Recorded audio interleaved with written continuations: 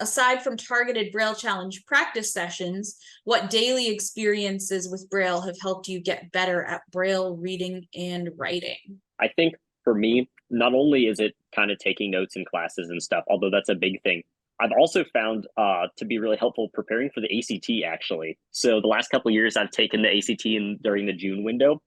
And believe it or not, the time constraints on the ACT, as well as several of the subject tests, are very applicable to Braille challenge practice, I've found. And so practicing for the English exam for the ACT, I've found can apply to the proofreading exam for Braille challenge quite well. The reading exam can apply quite well to the reading comprehension Braille challenge test. And the science exam applies pretty closely to the charts and graphs test. So I found that to be really helpful as well. Just something that I'm already doing that I can integrate back into preparing for Braille challenge. And I think that that's really kind of neat, because having something that allows you to practice two things at once means that you're spending a little less time practicing, and you have more time to do all kinds of other stuff in your community as well. Hi, this is Maddie again. I think one of the most important aspects for me about being connected with Braille, I use it every day in school. It's my pretty much my only reading method, so I'm always on that Braille grind.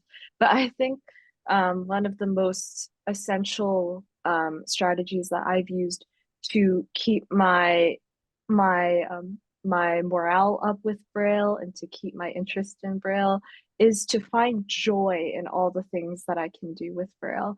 I'm a musician. I want to study music, so Braille music is my thing.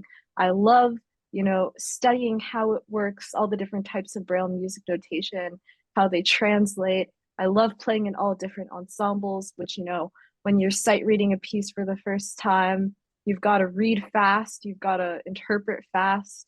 I think those arenas have really helped me increase my proficiency with digesting Braille quickly. Also, I love finding unique little trinkets and other objects with Braille on them. I have a Braille necklace with my name on one side and my sister's name on the other, and I wore it to finals last year. And even when maybe I was really stressed between contests, I could read that necklace and remember that my family was with me in this mission, not mission, this undertaking, more and that Braille can be in everything, and Braille can really be a beautiful thing. I mean, pretty much what everybody else has said. I use it just a lot in my daily life. Definitely taking notes and reading. I like to read for a lot of leisure, so I find it very useful to be able to read in Braille. And I mean, it's just really helped me grow as a reader and a writer, because I appreciate it for what it is, because it's really helped me gain the literacy that I have and a lot of other teenagers have, and it makes me feel equal to my sighted peers, and I just enjoy it for the pure pleasure of knowing that I have the power to read what I want and do what I want with Braille. Some daily experience have helped me get better at Braille reading and writing include reading my favorite dictionary every day, reading different kinds of books, and recording my own experiences with Braille on my podcast, which is called Blind Kids Life.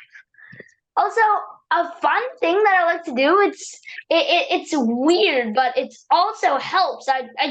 It's funny. I just like to get up a document on my Braille note taker and just write whatever letters come into my mind, whatever symbols come into my mind. And then at the end, I use my TTS to read it. I don't know if you want to try that, but it's a bit weird.